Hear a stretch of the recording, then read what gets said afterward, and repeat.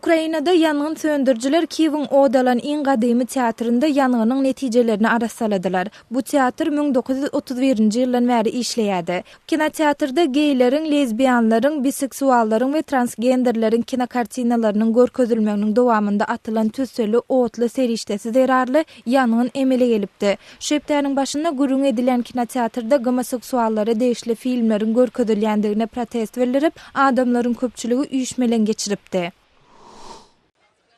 Pakistanyň Peşawar şäherine göwüstäki rak keseli barada habarlygy artdyrmak üçin ýürüş geçirildi. Peşawaryň Hayber Lukmançylyk kollejining professorlary, doktorlary we talipleri halky kadaly saglyk barlygyndan geçmäge höweslendirmek üçin hökümeti kampaniýa başlatmaga çağrış etdiler.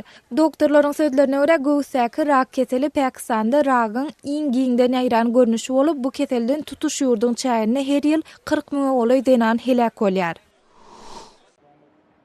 Ermenistanyň Yeketek uçurly Yeketek howa ýollary kompaniýasy Air Armenia öz uçuşlaryny 20 dekabra çenli togtadýanlygyny habar berdi. Ermeni howa ýollary kompaniýasynyň berýän maglumatyna görä, geçen ýyl Yerevan açyk howa siýasatyny elan eden soň Russiýanyň howa ýollary kompaniýalary Ermenistanyň howa bazarynyň 80 götürümini eýläpdir. Siz Adatlyk radiosynyň şuň kütädelikleri bilen tanyş bolňyz.